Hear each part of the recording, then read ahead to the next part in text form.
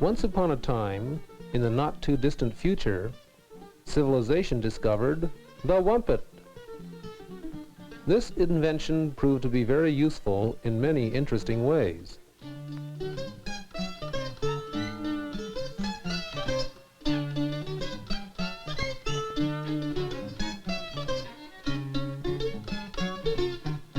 As happens to most products, the price of Wumpets changes from time to time in response to the law of supply and demand. Perhaps we should begin by explaining what supply is. The definition of supply that we normally use in economics is a schedule of prices and quantities for a good or service offered for sale over some time period. The phrase "offered for sale" tells us that supply represents the seller's side of the market. When we study supply, then, we are really studying how producers, such as businesses, respond to market conditions. The schedule portion of this definition enables us to show supply on a graph. We will use the vertical axis to measure price per unit. This represents the price each individual Wumpet might sell for. We will use the horizontal axis to measure quantity. This axis shows the number of Wumpets that will be offered for sale at a given price. A possible schedule of prices and quantities for Wumpets from the supplier's viewpoint might look like this. If the going market price for Wumpets is $10, there might be 60,000 of them offered for sale nationwide in a day. Shown on a graph, it would be the point we now see. If the market price rises to $20, more producers will want to get into the Wumpet business, increasing the quantity offered for sale to 180,000 Wumpets each day.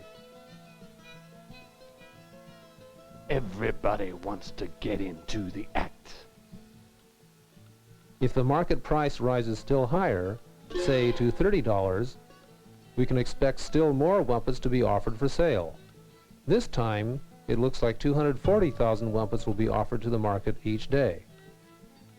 Does this example seem realistic? It does if we remember that supply represents sellers, and sellers prefer high prices to low prices. Then we can expect high prices to attract more potential sellers to the Wumpet market. The higher the price, the more Wumpets will be produced and offered for sale. The lower the price, the fewer Wumpets will be produced and offered for sale. This is the basic law of supply. Quantity offered for sale is positively related to the price that can be obtained. As you might guess, the prices and quantities of Wumpets can't be limited to the three examples here. There are many other possible prices, and producers could respond by offering many other possible quantities as well. A complete supply schedule for Wumpets might look like this. Now we have a typical supply schedule, such as we see in economics all the time. Notice that it is upward sloping from left to right. This means that it is positively sloped, or that there is a positive relationship between price and quantity. At lower prices, not too many firms are interested in entering the market, and at higher prices, more firms enter the market, offering more for sale. Review. If price is low, less is offered for sale. If price is high, more is offered for sale. Low price, high price. Low price, high price. This movement along the supply curve is called a change in quantity supplied. We can always spot a change in quantity supplied because it happens in response to a change in price. When we raise price, the quantity supplied increases. When we lower price, the quantity supplied decreases. In the real world, if the quantity offered for sale changes because the price changes, we call the situation a change in quantity supplied.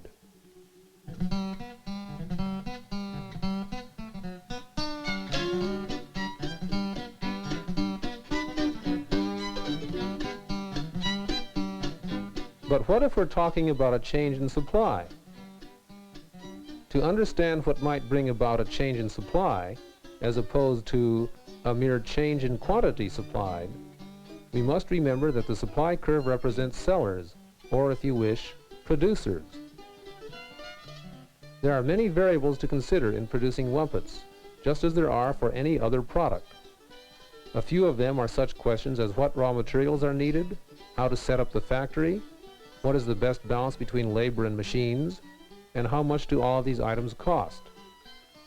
These variables, along with many others, may be summed up by the catch-all phrase, the techniques of production. The expression techniques of production is used in economics to represent all the problems faced by producers in getting their products from nature to the market. For example, if a new technological breakthrough is discovered which makes it easier to produce Wumpets than ever before, we could show this on a graph by shifting the supply curve to the right.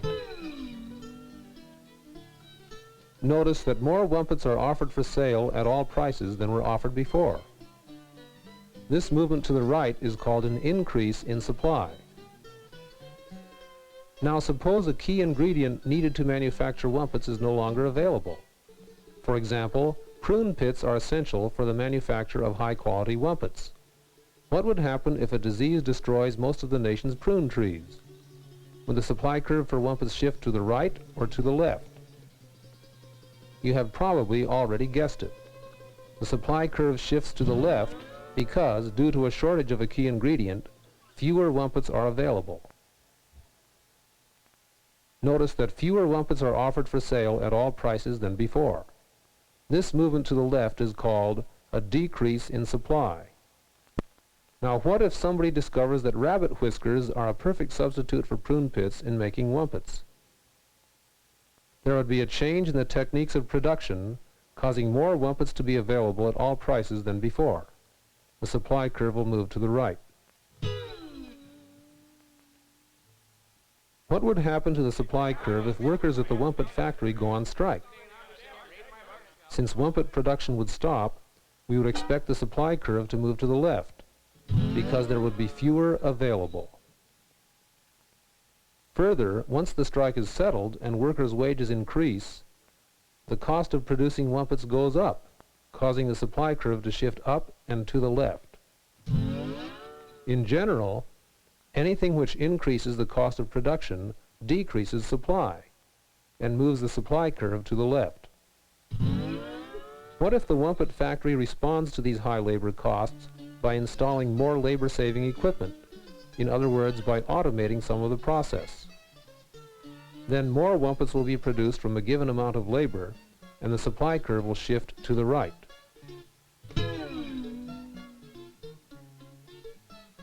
Let's suppose now that the factory layout has a new arrangement that is more efficient than before. What change in supply would result from this new layout? If you said to yourself that the supply curve has to move to the right, you would be correct. In general, the relationship between the techniques of production and supply may be stated by the following simple rule. The supply curve moves according to how difficult or costly it is to produce a given product. For example, if Wumpets become easier or cheaper to produce, the supply curve moves to the right. If it becomes more difficult or more costly to produce Wumpets, supply moves to the left.